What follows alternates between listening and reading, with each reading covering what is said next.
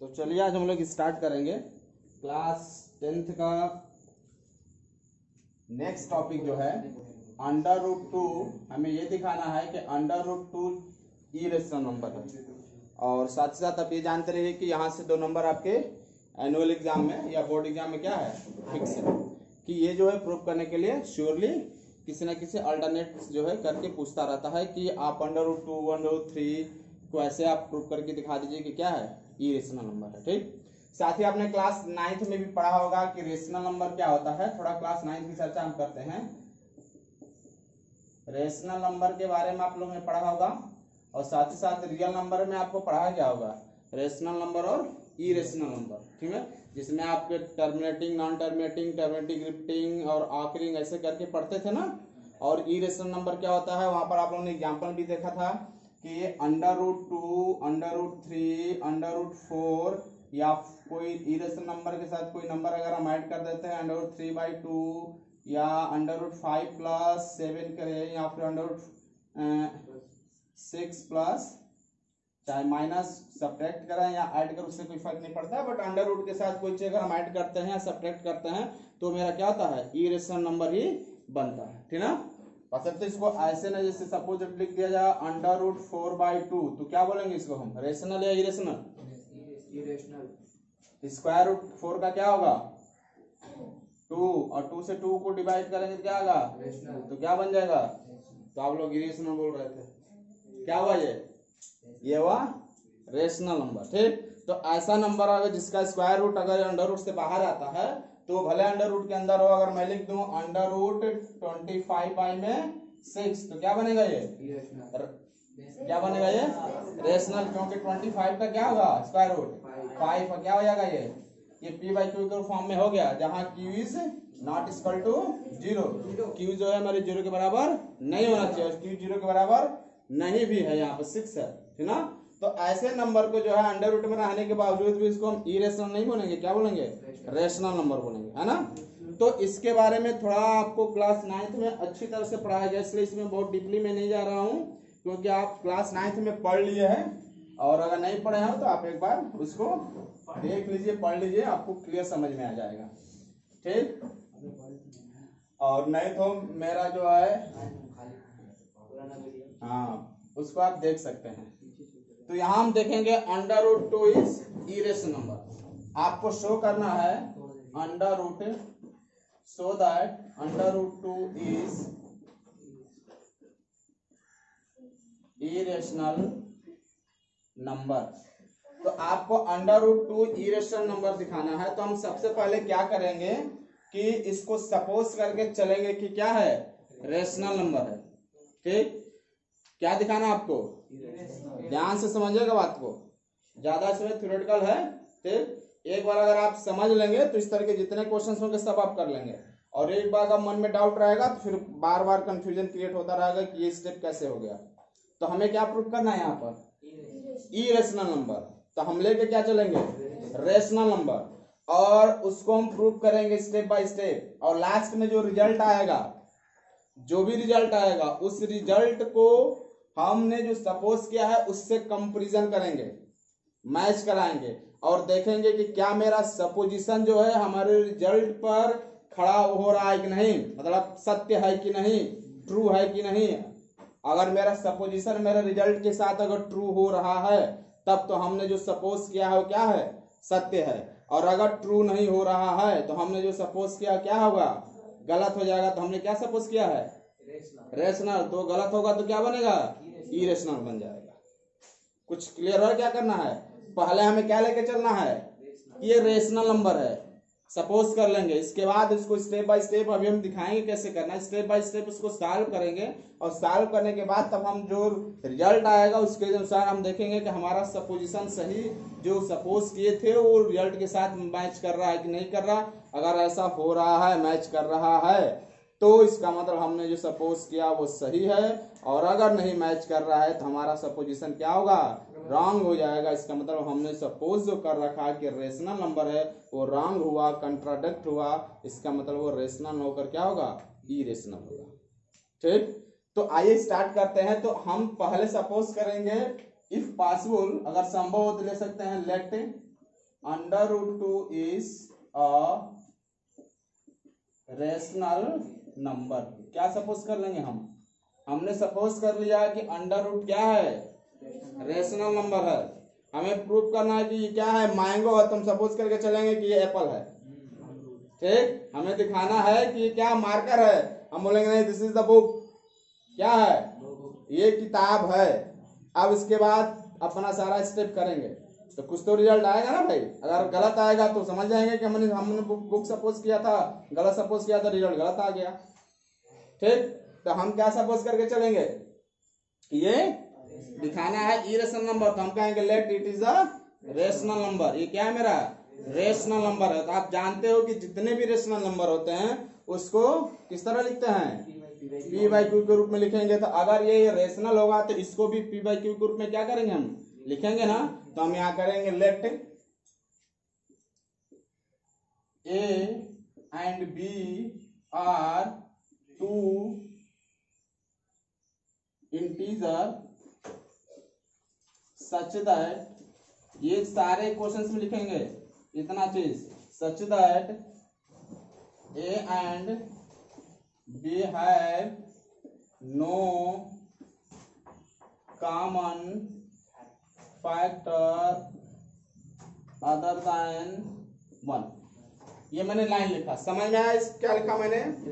मैंने सपोज किया कि ए और बी ऐसे दो नंबर हैं जिसके बीच कॉमन फैक्टर एक से ज्यादा नहीं है। जैसे सपोज दैट आपने ले लिया क्या 4 और 6, तो 4 का फैक्टर करेंगे तो 1 इंटू 2 इंटू 2, और 6 का फैक्टर करेंगे तो 1 इंटू 2 इंटू 3। इसमें क्या है, दो फैक्टर कॉमन होंगे, है ना। हम ऐसे नंबर्स को जो है नहीं लेके चलेंगे। ए और बी हमारा इस तरह का नंबर नहीं है, हमारा ए और बी किस तरह का नंबर है, प्राइम फैक्टर ऐसे इसको बोलते हैं। हम सपोज करते हैं 3 और 5, 3 का फैक्टर 1 इंटू 3, 5 का 1 इंटू 5, यहाँ पे क्या फैक्टर है 1 का मतलब 1 नहीं, बस एक ही फैक्टर होना चाहिए। ऐसा है ए और बी। दूसरा नंबर क्या ले सकते हैं और बी, 5 और 7 भी ले सकते हैं, क्योंकि उसमें भी एक ही नंबर कॉमन होगा। और क्या ले सकते हैं ऐसा नंबर, 7 और 11 ले सकते हैं, इसमें भी सिर्फ एक ही नंबर कॉमन होगा, है ना। यानी जो प्राइम नंबर हो जिसके बीच, या ऑड नंबर हो जिसके बीच कॉमन हमारा क्या बचे, सिर्फ एक नंबर कॉमन है, एक से ज्यादा उसके बीच कॉमन नहीं होना चाहिए। ऐसा ही ए और बी है। अब अपने मन से आप ए बी कुछ भी सपोज कर सकते हैं, बात समझ आ रहा है। तो ए और बी ऐसे दो नंबर हैं जिसमें एक से ज्यादा आपके कॉमन फैक्टर नहीं है। ठीक, तो अब चूंकि दिमाग में कुछ क्लियर हुआ, ए और बी किस तरह का नंबर है, किस तरह का, हाँ, जिसमें एक से ज्यादा जो है फैक्टर नहीं होना चाहिए। ठीक, और ऊपर आपने क्या सपोज किया, ये स्टेप आप इसी स्टेप के अनुसार आप करिएगा। पहले आपको क्या सपोज करना है कि अंडर रूट 2 रेशनल नंबर है। इसके बाद आपको दो नंबर सपोज कर लेना है जिसके बीच कॉमन फैक्टर क्या होना चाहिए, 1 होना चाहिए, 1 से ज्यादा नहीं होना चाहिए। आपने ऊपर सपोज किया कि अंडर रूट 2 क्या है, रेशनल, और आप जानते हैं कि हर एक रेशनल नंबर को कैसे लिखते हैं, पी बाई क्यू के फॉर्म में। तो इसको भी हम लिख सकते हैं अंडर रूट 2 को क्या लिखेंगे, पी बाई क्यू कहे, चूंकि यहाँ पर आप ए और बी कहे हैं तो उसको ए और बी के फॉर्म में भी लिख सकते हैं, ए बाई बी के फॉर्म में। ठीक, ए बाई बी के फॉर्म में जब आप इसको लिखिएगा तो ए बाई क्या होगा, बी हो जाएगा। कुछ क्लियर हो रहा है यहाँ पे? ठीक, तो आप यहाँ ए और बी के जगह कोई दूसरा इंटीजर भी ले सकते हैं। आप पी और क्यू लिखेंगे तो अंडर रूट को क्या लिखना पड़ेगा, पी बाई क्यू। जो यहाँ सपोज करेंगे, यहाँ मैंने ए और बी लिया तो ए और, अगर आप कोई लड़का अगर ऐसा करता है कि नहीं हम सपोज करते हैं पी और क्यू, तो यहाँ पे क्या लिखना पड़ेगा, पी बाई क्यू। जो रेशनल नंबर में जनरली आप जानते हो पी और क्यू के फॉर्म में लिख सकते हैं हम, है ना। वही चीज है, आप चूंकि मैंने ए और बी सपोज कर लिया तो उससे कोई बहुत अंतर नहीं होगा यहाँ पर। क्लियर हो रहा है मैं क्या कहना चाहता हूँ भाई? इसको इसके बराबर मैंने यहाँ क्यों लिखा, हाँ, क्योंकि मैंने अंडर रूट 2 क्या सपोज किया है, रेशनल। तो अगर रेशनल है तो पी और क्यू के फॉर्म में इसको हम लिख सकते हैं। रेशनल अगर नहीं रहता तो फिर ऐसा हम नहीं लिख सकते। और साथ ही साथ यहाँ पर क्या होना चाहिए कि b is not equal to 0, b मेरे 0 के बराबर नहीं होना चाहिए, ये भी कंडीशन यहाँ पर होना श्योर है रेशनल नंबर के लिए, है ना सर। तो अब हम क्या करेंगे, इसको दोनों तरफ से क्या करेंगे, स्क्वायर करेंगे स्क्वायर। तो स्क्वायर करेंगे तो अंडर रूट 2 का अगर स्क्वायर करेंगे तो क्या होगा 2, और ये हो जाएगा a square by b square. बस ना, यहाँ आपको लिखना पड़ेगा स्क्वायरिंग ऑन बोथ साइड। इसके बाद अंडर रूट 2 का स्क्वायर करेंगे तो क्या होगा 2, और ये a स्क्वायर और b स्क्वायर हो जाएगा। ठीक, यहाँ क्रॉस मल्टीप्लाई अगर हम करते हैं तो क्या बन जाएगा 2b square equal to a square बनेगा, तो हो जाएगा b स्क्वायर इक्वल टू क्या हो जाएगा a स्क्वायर बाई में 2, इस तरह कुछ रिजल्ट बनेगा। और a स्क्वायर बाई 2 आपसे क्या शो कर रहा है, ये b स्क्वायर आएगा। यहां से क्या क्लियर होगा कि a स्क्वायर को मैंने 2 से डिवाइड किया तो क्या मिला b स्क्वायर। अच्छा एक चीज और देखिए, हम ऐसे कर सकते हैं 5 का स्क्वायर डिवाइडेड बाई 5, तो क्या 5 से डिवाइड हो सकता है। अगर मैं ये कहा दूं 2 स्क्वायर डिवाइडेड बाई 2, तो क्या 2 से 2 डिवाइड होगा। किसी भी नंबर का स्क्वायर अगर किसी नंबर से डिवाइड हो रहा है तो वो खुद नंबर भी डिवाइड होगा। देखिए 5 का स्क्वायर किससे डिवाइड हो रहा है 5 से, तो वो खुद नंबर 5 भी 5 से डिवाइड होगा। 2 का स्क्वायर किससे डिवाइड हो रहा है 2 से, तो खुद ये नंबर भी किससे डिवाइड होगा उसी नंबर से डिवाइड हो जाएगा। किसी भी नंबर का स्क्वायर आप करके सोचिए और उसको किसी एक नंबर से डिवाइड करिए। मान लीजिए आपने किसका स्क्वायर किया, इसका ले लें, बोलिए 36 का स्क्वायर। 36 का स्क्वायर किससे डिवाइड करना चाहते हैं 2 से, ले लीजिए, ठीक है कोई बात नहीं, 2 से डिवाइड कर सकते हैं। तो क्या 36 का स्क्वायर 2 से डिविजिबल होगा ना। तो खुद 36 2 से कटेगा कि नहीं कटेगा, डिवाइड होगा ना। तो किसी भी नंबर का अगर स्क्वायर अगर डिविजिबल है तो खुद का नंबर भी क्या होगा डिविजिबल होगा। तो यहां पर आप देख रहे हैं ए स्क्वायर किससे डिविजिबल है 2 से, इसका मतलब ए भी क्या होगा 2 से। भाई इसका जब स्क्वायर डिविजिबल है तो ए क्या होगा नंबर भी तो डिविजिबल होगा। यहाँ पर मैंने चूंकि नंबर लिया तो आपको समझ में आ रहा है 36 5 का स्क्वायर 2 का स्क्वायर से करके। बट यहाँ कोई अगर मान लीजिए एक जगह कोई अगर नंबर रहता तो आप समझ में आया। मान लीजिए एक जगह मैं क्या लिया मिनट समझने के लिए, ठीक है ना, ऐसा लिखिएगा समझने के लिए मैंने ले लिया एक जगह 4, तो 4 का स्क्वायर क्या 2 से कटेगा डिविजिबल है, तो क्या 4 नहीं डिविजिबल होगा ना। तो जब a स्क्वायर 2 से डिविजिबल है तो क्या a नहीं होगा, a भी होगा। ये चीज हम यहाँ पर लिखेंगे, क्या लिखेंगे कि a स्क्वायर, ये चीज क्लियर हो रहा है कि नहीं क्लियर हो रहा है कि अगर a स्क्वायर डिविजिबल है तो फिर a भी। तो मैंने क्या कहा कि a स्क्वायर किससे डिविजिबल है 2 से, तो लिखेंगे 2 डिवाइड्स इसको a स्क्वायर को। जब a स्क्वायर को डिवाइड कर रहा है तो और किससे डिवाइड करेगा a को भी डिवाइड करेगा, तो लिखेंगे 2 आल्सो डिवाइड इसको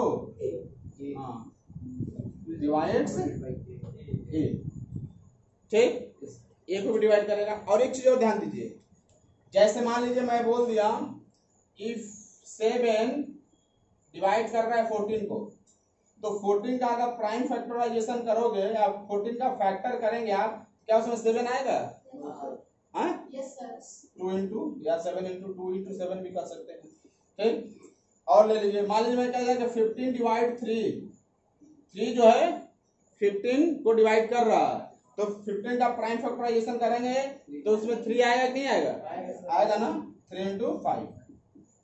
तो इसका मतलब कि कोई नंबर अगर किसी से कट रहा है डिवाइड हो रहा है तो उसका अगर प्राइम फैक्टर हम करेंगे तो वो नंबर उसमें श्योर आएगा। कोई ऐसा नंबर सोच के बताइए कि किसी नंबर से हम डिवाइड कर रहे हैं, पूरी डिवाइड हो जाने के बाद उसका प्राइम फैक्टर कर रहे हैं तो वो नंबर उसमें शामिल ही नहीं है। कोई ऐसा नंबर है, कोई नहीं होगा। अगर वो पूरी से डिवाइड हो गया उस नंबर को कर दिया तो उसके प्राइम फैक्टराइजेशन में वो नंबर श्योर होगा। हम यहाँ ये भी कह सकते हैं कि 7 is the prime factor of 14 का प्राइम फैक्टर करेंगे तो 7 आएगा उसमें। हम ये कह सकते हैं 7 is the factor of 14, 5 is the factor of 15, 3 is the factor of 15। क्यों? क्योंकि 3 क्या होगा 15 से 15 क्या है 3 से डिवाइड हो गया है। 15 क्या है 5 से डिवाइड हो गया है। ये बात समझ में आ रहा है क्या कर रहा हूं मैं? 3 से वही 5 से दोनों से होगा, 5 से भी हो जाएगा और 3 से 15 डिवाइड हो सकता है। जो उसके प्राइम फैक्टर में जितने ना आएंगे नंबर सबसे हो जाएगा। जैसे मान लीजिए आपने क्या ले लिया 27 ले लीजिए, क्या होगा 3 इंटू 3 तीनों 3 से डिवाइड होगा, मतलब एक ही बार लिखा गया है तो मतलब 3 से डिवाइड हो जाएगा। अगर एक से ज्यादा नंबर उसमें आ रहा है ना तो एक से ज्यादा जो नंबर उसमें आएगा सबसे डिविजिबल हो जाएगा, क्योंकि उसी के प्राइम फैक्टर जिसमें हो तो श्योर है कि उससे डिविजिबल होगा। बात समझ रहा? तो हम इसको ऐसे भी कह सकते हैं। समझने वाली बात यहाँ पे ये है, अगर हम ये कहें कि जैसे आपको ये कहा जाए कि 2 is the prime factorization of 16, 2 is the prime factorization of, हालांकि इवन प्राइम है तो बाद में उसकी बात की, बस आप ये कहा जाए, हम कहा जाए कि 3 is the prime factorization of, या आप सिर्फ कहें कि 3 इज द फैक्टर ऑफ 18, तो आपके दिमाग में हो जाना चाहिए कि 18 के अगर हम फैक्टर करते हैं तो उसमें 3 आएगा, क्योंकि उसका फैक्टर है, तो फैक्टर है तो उसमें 3 जरूर आएगा। ठीक, और उसके अंदर जितने भी नंबर आएंगे सबसे 18 डिवाइड हो जाएगा। 3 से भी आ जाएगा, 2 आएगा तो 2 से भी डिवाइड होगा, सबसे 18 डिवाइड होगा, क्योंकि उसके फैक्टर में वो नंबर आ रहे हैं तो उससे डिवाइड हो जाएगा। और अगर मैं ये कह दूं कि क्या कि 18 को 18 में और 3 में डिवाइड कर, 3 जो है 18 को डिवाइड कर देगा, तो आपके दिमाग में भी हो जाएगा अगर ये डिवाइड कर रहा है तो इसका मतलब उसका फैक्टर होगा, तभी डिवाइड कर रहे हैं, तो फैक्टर नहीं होगा। मान लीजिए क्या है 18 क्या 7 से डिवाइड होगा, तो हम 18 का फैक्टर कहेंगे तो 7 आएगा भी नहीं उसमें, क्योंकि वो डिवाइड नहीं कर रहा है। अगर फैक्टर है तो उसमें वो आएगा, श्योर आएगा वो नंबर, अब फैक्टर नहीं है तो नंबर उसमें नहीं आएगा। बस आ रहा है? तो ये क्या है 2 a को डिवाइड कर रहा है ना, इसका मतलब a का अगर हम फैक्टर करेंगे तो उसमें क्या आना चाहिए 2 श्योर आएगा, तभी तो इसको डिवाइड कर रहा है। 3 इसको डिवाइड कर रहा है कि नहीं 18 को, 18 का फैक्टर करेंगे तो उसमें 3 आएगा कि नहीं आएगा, श्योर आएगा, क्योंकि उसको डिवाइड कर रहा है। और 7 डिवाइड नहीं कर रहा है इसलिए उसके फैक्टर में 7 नहीं आ रहा है। बात समझ आ रहा है? ये समझिए, आपको लिखना पड़ेगा ये ना, समझे रहेंगे तभी लिखेंगे। बात समझ आ रहा है मैं क्या कह रहा हूं? तो 2 अगर डिवाइड कर रहा है किससे, किसको a से, तो हम कह सकते हैं 2 is the factor of a, कह सकते हैं ना। क्या लिखेंगे 2 इज द फैक्टर ऑफ क्या a, 2 जो है a का क्या हो गया फैक्टर हो गया। अब यहाँ पे एक चीज थोड़ा ध्यान देने वाली बात है, मैं अब आपको छोटा सा ट्रिक भी बता दूंगा, आप कैसे इसको समझेंगे। हम यहाँ पर एक इंटीजर सपोज करेंगे, लेट एक इंटीजर सपोज, ये ऊपर वाला नंबर होता है ना उसके बराबर कोई नंबर ले लेंगे 2c, c की जगह कोई भी नंबर ले सकते हैं, 2m ले सकते हैं, 2b ले सकते हैं, अब a और b को छोड़कर ही लेना है। 2 इसलिए ले लेंगे क्योंकि हमें यहाँ पर जो प्रूफ करना रहता है उसी को लेकर चलते हैं। यहाँ पर अगर √3 रहेगा तो 3c लेंगे, √5 रहेगा तो 5c, √2 है तो क्या करेंगे हम 2c ले लेंगे, ठीक ना।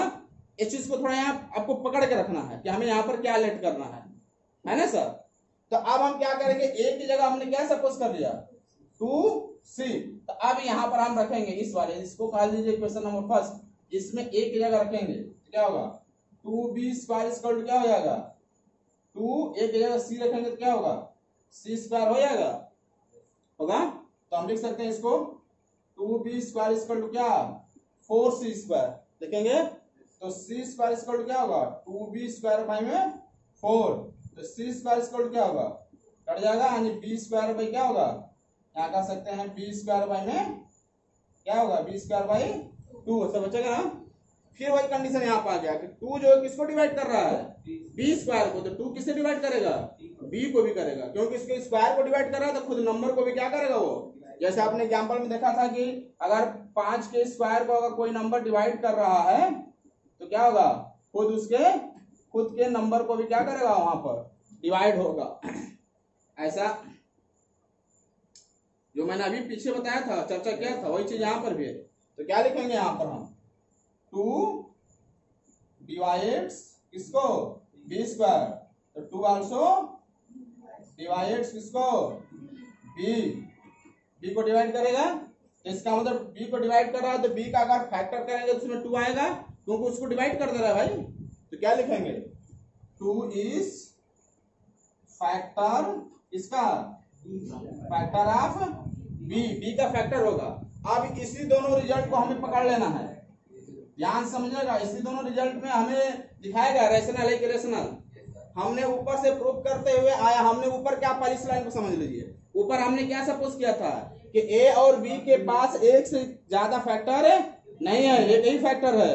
और हमने आप प्रूव करके दिखा रहा है कि ए के पास एक और फैक्टर है, कौन?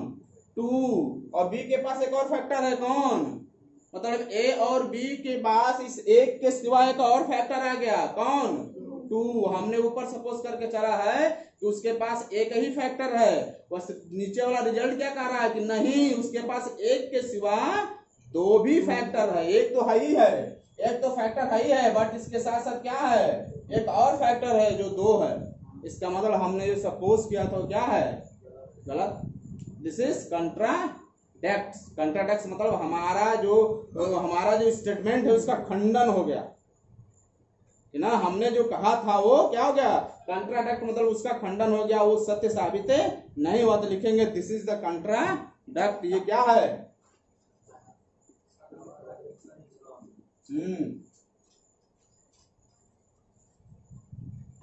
सो क्या हो जाएगा, सो √2 इज क्या हो जाएगा, इरेशनल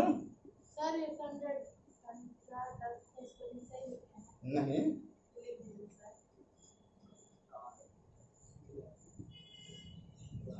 ठीक,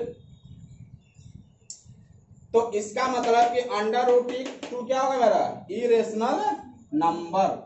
रेशनल नहीं होगा, क्या होगा मेरा, तो आप यहाँ भी आप ये कंट्राडिक्ट करेंगे, ये भी लिख सकते हो। So our assumption is supposition is wrong. हमारा सपोजिशन क्या हो गया, रॉन्ग हो गया। हमने सपोज किया था, क्या हुआ, रॉन्ग हुआ। इसलिए क्या हुआ, √2 रेशनल होकर क्या होगा, इरेशनल होगा। बात समझ में आया? इसमें कोई डाउट है तो क्लियर कर लीजिए, क्योंकि अभी मैं आपको खुद से दूंगा √3 का √3 जो इरेशनल अभी खुद से करके दिखाना होगा आपको, है ना। ठीक है, तो नोट करिए इसे।